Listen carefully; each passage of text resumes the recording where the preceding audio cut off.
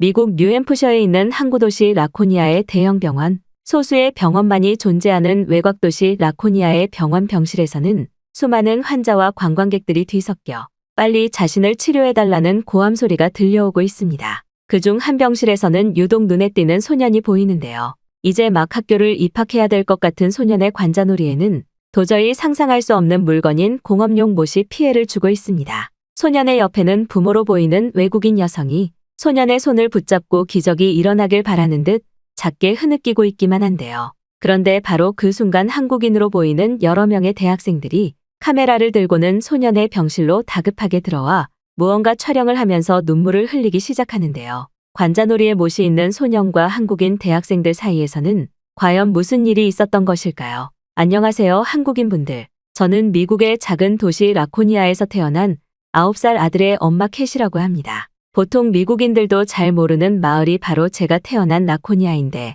그만큼 라코니아는 미국의 도시와 마을 중에서도 다소 발달하지 않은 의료체계와 생활 인프라를 갖추고 있는데요. 제가 어렸을 때에는 이러한 환경에 왜 나는 가난한 마을에서 태어나서 이렇게 힘들까라는 생각을 하기도 했지만 지금은 저희 아들과 함께 한국인들의 도움을 받아 매우 특별한 삶을 사는 지금에 너무나 만족하면서 살고 있습니다. 이제 막 9살이 된 저희 아들 에다는 고작 9살의 나이이지만 미국과 중국 그리고 한국까지 3개국의 나라를 경험한 아주 특별한 아이인데요. 하지만 제가 평범한 직장인이던 시절, 저는 절대 결혼도 하지 않고 아기도 낳지 않으려는 강한 고집을 가지고 있던 사람이었습니다. 그리고 이러한 이유에는 저의 부모님에 대한 얘기를 하지 않을 수가 없는데요. 제가 학교에 다니던 시절 저희 부모님께서는 무려 3번의 이혼 과정을 진행하시다가 다시 재결합하는 과정을 거친 정말이지 부모의 자격이 없는 사람들이었어요. 특히 저희 어머니께서는 매일 밤 부부싸움을 끝낸 뒤 저에게 찾아와 제가 모든 부부싸움의 원인이라며 저를 세상에 태어나게 한 것이 자신의 인생에서 제일 큰 실수라는 말을 쏟아내고는 했습니다. 그저 평범한 학교에 다니고 있던 어린 나이였던 저에게는 이러한 부모님의 말이 정신적으로 매우 큰 타격을 주었고 이러한 이유 때문인지 저는 부모님 간의 사이가 시간이 지날수록 점점 나빠질 때마다 극심한 우울증 증상이 나타나기 시작했어요. 우울증 증상을 가진 채로 힘들게 학교에 다니던 저는 대학교에 입학하게 되는 날만을 기다리고 있었습니다. 제가 사는 마을과 멀리 떨어진 곳에 대학교에 입학을 하게 된다면 지긋지긋한 부모님을 볼 필요도 없을 것이고 더는 어머니에게 제가 인생의 실패작이라는 좋지 못한 얘기를 들을 상황도 더는 발생하지 않을 것이니까요. 그렇게 저는 취직과 저희 학업을 늘리기 위한 대학교 입학이 아닌 오로지 저희 생존을 위한 제가 살고 있던 마을과 굉장히 멀리 떨어진 도시의 한 대학교에 입학하게 되었습니다. 대학교 입학에 성공했다는 사실마저 부모님에게 말하지 않았던 저는 집에 아무도 없던 평범한 오후 시간 작은 여행 가방과 함께 집을 떠나게 되었어요. 늘 저에게 좋지 못한 말을 하는 부모님께서 제 눈앞에서 사라진 상황 때문인지 대학교에 입학하며 남들과 똑같이 평범한 아르바이트를 하며 힘들지만 하루하루를 살아나가던 저는 급속도로 상황이 안정화되기 시작했습니다. 하지만 그때 당시 대학교도 다니며 아르바이트를 했던 저에게는 거주에 대한 비용을 많이 쓸 수 있는 상황이 아니었고 결국 저는 인터넷에 올라와 있는 룸메이트 글을 통해 한 남성과 함께 살게 되었죠. 처음에는 얼굴도 모르는 남자와 같은 공간에서 사는 것에 거부감이 느껴지기도 했지만 부모님의 도움을 전혀 받지 못해 경제적으로 매우 힘든 상황에 놓여있던 저에게는 당장 집의 거주 비용을 같이 부담해줄 공동 거주자가 필요했기에 저에게는 선택권이 많이 없었습니다. 이미 대학교 입학에도 시간이 얼마 남지 않았던 상황이었기에 하루라도 빨리 집을 구하는 게 급선무였죠. 하지만 이러한 저희 두려움과 달리 제 눈앞에 나타난 남성은 뜻밖에도 매우 멀끔한 한국인이었습니다. 큰 키에 깔끔한 옷을 입고 있던 회명이라는 이름을 가진 한국인 남성은 자신 또한 타국에서 오게 되어 돈이 별로 없는 상황이라 룸메이트를 구하게 되었다면서 서로의 생활을 최대한 존중해주면서 같이 학업을 쌓아나가자는 매우 건전하고도 건설적인 생각을 가진 친구였어요. 살면서 단 한 번도 한국인을 마주한 적은 없었기 때문에 당황한 마음도 있었지만 저는 점점 시간이 지날수록 이 한국인 친구에게 매력을 느끼게 되었습니다. 열정적인 기자로서 성공하고 싶다던 회명이는 한국의 대학교와 연계된 시스템 때문에 이곳 미국으로 유학을 잠깐 오게 된 것이라면서 자신의 꿈은 사람들에게 도움을 주는 선량한 기자라는 얘기를 저에게 참 많이도 해주었죠. 매일 밤늦게까지 공부도 하면서 청소나 빨래 같은 집안일도 저를 도와 꼼꼼히 해주던 회명이의 모습은 정말 이런 남자랑 결혼하고 싶다는 생각이 들 정도로 저에게 큰 안정감을 주었습니다. 심지어 저는 이때 처음으로 회명이와 함께 한국 여행도 경험하게 되면서 한국이라는 나라의 매력과 한국인들의 따뜻함을 알게 되기도 했어요. 하지만 이렇게나 평화로운 나날은 그렇게 오래가지 않았는데요. 어느 날 저에게 할 말이 있다던 회명이는 한국에 있는 부모님께서 교통사고로 인해 매우 좋지 못한 상황이라 아무래도 당장 한국으로 가봐야 될 것 같다는 말과 함께 이제 이 집에서 더는 같이 살지 못할 것 같다는 말을 하더군요. 그렇게 회명이는 저에게 자신의 이메일 주소를 알려준 뒤 하루아침에 한국으로 떠나게 되었습니다. 어느 정도 연인으로서의 관계를 형성해 나가고 있다고 생각했던 저였기에 당황스러운 마음도 있었지만 저는 그저 회명이의 부모님께서 무사하기를 바라면서 마음속으로 기도를 해주는 것밖에는 할 수 있는 것이 없었어요. 그렇게 시간은 흘러 저는 평범한 식품 관련 회사에 취직할 수 있었습니다. 그리고 그곳에서 우연히 마주친 한 미국인 남성과 결혼에도 성공할 수 있었죠. 결혼을 하기 직전까지도 회명이에 대한 생각이 몇 번씩이나 났지만 이미 그때 당시에는 5년이 넘는 시간이 흐른 상태였고 저 또한 안정적인 가정을 하루라도 빨리 꾸리는 것이 목표였기에 그저 저와 어느 정도 잘 맞는 미국인 남자와 평범한 연애를 한 뒤 결혼을 하게 되었습니다. 부모님의 생사조차 모르는 상황이었기에 결혼식조차 진행하지 못했지만 불행 중 다행인 제 아이는 빨리 가질 수 있었어요. 부모님과의 좋지 못한 기억 때문에 절대 결혼도 하지 않고 아이도 낳지 않겠다고 생각했지만 회명이와 함께 아주 짧은 시간 동안 같은 공간에서 지냈던 경험은 저에게 결혼과 안정적인 가정이 얼마나 중요한지 일깨워주는 경험이 되게 되었고 저의 생각을 많이 바꿔주었습니다. 물론 그때 당시 미국인 남편도 저와 잘 맞는 사람이었고 다정한 사람이었기에 앞으로 저에게는 행복한 나날만 펼쳐질 것 같았어요. 하지만 이러한 상황은 저의 아들 에단이 태어나자마자 지옥으로 바뀌게 되었습니다. 평소에는 온순한 성격이던 저희 남편은 술만 마시면 도저히 성격이 제어되지 않는 사람으로 변하는 문제점을 가지고 있었죠. 제가 임신하고 있었을 때에는 제가 임산부라는 이유로 가까스로 술에 대한 유혹을 참아냈던 남편은 아들 에단이 태어나자마자 마치 지금까지 참아왔던 술에 대한 절제가 풀려버린 듯 매일매일 친구들과 함께 밖에서 술을 마시기 시작했고 그럴수록 점점 극단적인 성격의 사람으로 변해가게 되었습니다. 에단이 매우 어렸을 때에는 육아적인 남편의 도움도 필요한 것이 사실인데 남편은 매일 밤 술에 취한 상태로 들어와 저에게 당장 나가서 돈을 벌어오라는 헛소리를 내뱉기 일쑤였고 저는 이러한 결혼 생활에 점점 지쳐버린 상황이었어요. 남편은 결국 술을 마시는 것에 대부분의 시간을 소비하기 시작했고 결국 잘 다니고 있던 회사에서까지 쫓겨나더군요. 그때 저는 결심했습니다. 남편과 이혼을 하기로 마음의 선택을 이미 내린 상황이었죠. 남편은 이혼하자는 저희 말에 흔쾌히 알겠다는 말을 내뱉고는 자신의 짐을 챙겨 자기 아들인 에단은 보지도 않은 채 하루아침에 사라졌습니다. 싱글맘으로서 에단과 함께 살아가야만 되는 저는 더 독한 엄마가 되어야만 했고 에단을 제가 다니고 있던 직장에 데려가면서까지 돈을 벌기 위해 수단과 방법을 가리지 않았어요. 몇 년 정도만 더 지나면 에단이 학교에 입학해야 되는 시기가 다가오고 있었기에 저는 더욱 많은 돈을 모아놓고 있어야 할 필요성이 분명했고 하루에 2시간 정도만 자면서 제 몸의 수명을 갉아먹기 시작했습니다.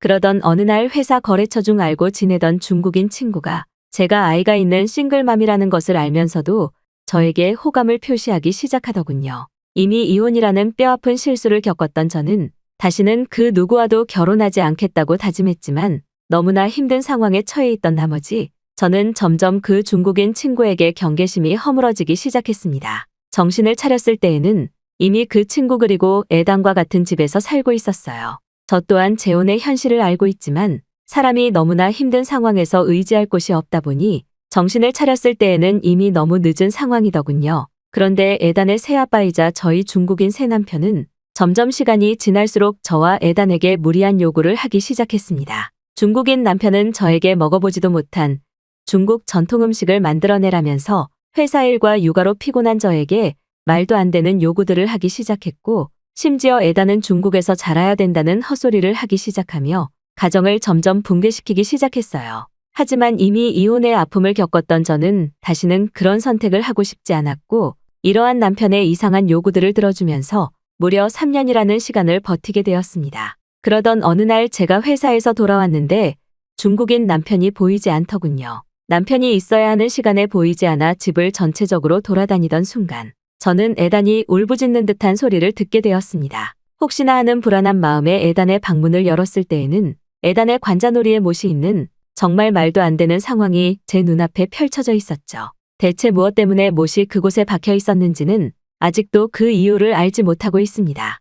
그때 이미 저는 이성을 잃은 상태였고 곧바로 구급차 운송업체에 전화한 뒤 에단을 데리고 가까운 병원으로 뛰어가게 되었습니다. 병원의 모든 의사와 간호사들은 관자놀이의 못을 보고는 심각한 충격을 받은 듯 한동안 말을 잇지 못했고 단순히 못을 제거하는 1차원적인 수술을 하게 된다면 추가적인 2차 피해를 발생시킬 수 있다며 자신들은 도저히 손대지 못할 수술의 영역이라는 황당한 소리를 늘어놓더군요. 그저 상처를 치료하듯이 간단한 소독과 붕대 처방을 해준 병원의 의사는 살면서 이러한 경우는 처음이라 이러한 것을 전문적으로 수술해주는 병원을 따로 찾는 것이 좋을 것 같다는 말과 함께 에단의 의식은 아마도 찾기 어려울 것이라는 도저히 의사라고는 생각되지 않는 답변을 반복했습니다. 무려 10일이 넘는 시간을 에단의 관자놀이만 보며 기도를 하던 저는 병원의 병실에서 그저 마지막을 준비하는 마음가짐으로 시간을 보낼 수밖에 없었어요. 그런데 순간 모든 것이 마지막이라는 생각이 드니 할 수 있는 모든 것은 해봐야겠다는 생각이 들더군요. 무작정 휴대폰을 꺼내 모든 방송국과 기자들에게 도움을 요청하던 저는 문득 아주 오래전 회명 씨의 이메일 주소가 떠올라 그곳으로 에단의 사진과 함께 저희 상황, 그리고 제가 어떠한 도움이 필요한지 상당히 긴 내용의 문자를 보내게 되었습니다. 무려 수년이 지난 상황이고 메일에 답변이 오지 않을 수도 있지만 그때 당시 에단에 대한 모든 상황을 포기했던 순간이라 저는 지푸라기라도 잡고 싶은 심정이었죠. 그렇게 일주일을 넘게 버티며 에단의 못을 제거해줄 의사들을 수소문하던 어느 날 에단의 병실로 처음 보는 한국인들 여러 명이 찾아왔습니다. 저는 다소 놀란 마음에 그들에게 누구신데 에단을 찾아온 것이냐고 물어보았고 대학생으로 보이는 그 한국인 친구들은 저에게 작은 명함을 하나 주더군요. 그 명함에는 수년 전 저와 함께 룸메이트로 지낸 회명 씨의 이름과 신문사 관련 회사의 이름이 적혀 있었습니다. 그리고 그 한국인 대학생 친구들은 전화를 걸어서 저에게 건네주더군요. 아니나 다를까 수화기 건너편에는 회명 씨의 목소리가 들려왔습니다. 회명 씨는 저에게 소식을 메일로 접하게 되었고 오랜만에 좋지 못한 연락을 접해서 자신 또한 너무 마음이 안 좋다는 말과 함께 현재 자신이 운영하고 있는 작은 일간지 회사의 글로벌 인터넷 포스트에 기사를 실어주겠다면서 전 세계의 사람 중 단 한 명은 에단의 못을 제거해 줄 수 있을 것이라는 놀랍고도 너무나 고마운 이야기를 이어나갔어요. 한국인 대학생 친구들은 회명 씨의 업무 지시로 이곳에 온 것 같았고 곧 그들은 에단의 상황을 촬영하고 병원에 있던 의사들과도 인터뷰를 진행했습니다. 에단을 촬영하러 온 한국인 대학생들도 충격적인 에단의 관자놀이 상황에 저희 손을 붙잡고는 꼭 누군가는 수술을 해줄 수 있을 것이라며 조금만 기다려보라는 말을 했고 곧 저와 에단의 상황은 회명 씨가 운영하는 인터넷 일간지 소식을 통해 퍼져나가기 시작했어요.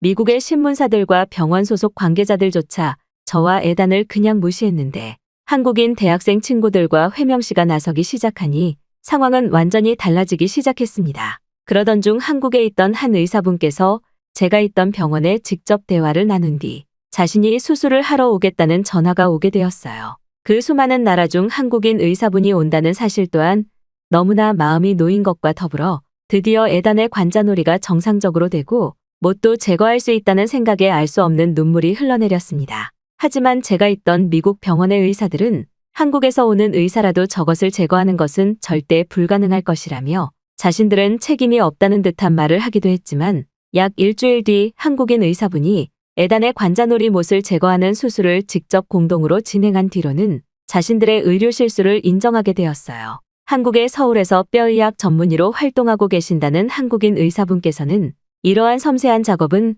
아마도 한국의 의사들밖에 할 수 없었을 것이라는 말과 함께 수술은 정상적으로 완료되었고 이제부터는 그저 상처가 낫기를 기다리며 2차 감염의 방지에 힘을 쓰면 된다는 말을 해주었습니다. 그리고 한국인 의사분께서도 자신이 주로 보는 글로벌 의학 포스트에 저와 에단의 기사를 최초로 올린 회명 씨의 회사에 감사의 말씀을 다시 한번 전하라며 기사를 취재하고 올린 회명 씨와 소속 한국인 대학생 친구들의 칭찬을 아끼지 않더군요. 모든 수술이 완료된 뒤 회명 씨는 저에게 아주 작게나마 도움이 된 것 같아서 자신의 마음이 편하다는 전화를 주었고 저는 너무나 고마운 마음에 회명 씨에게 꼭 한번 미국에 와달라는 부탁을 하게 되었습니다.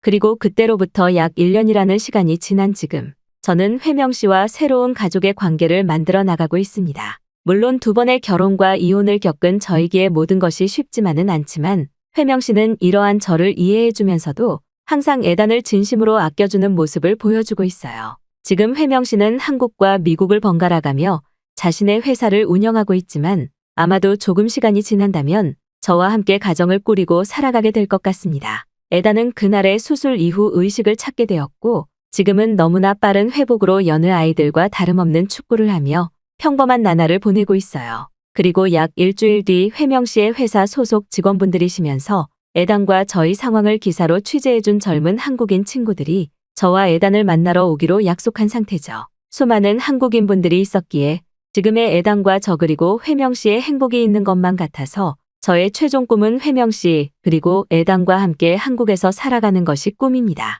미국의 모든 의사들도 겁을 먹고 포기했었지만 애단의 수술을 진행해준 한국인 의사분께도 저의 감사한 마음을 전해야만 할 것 같네요.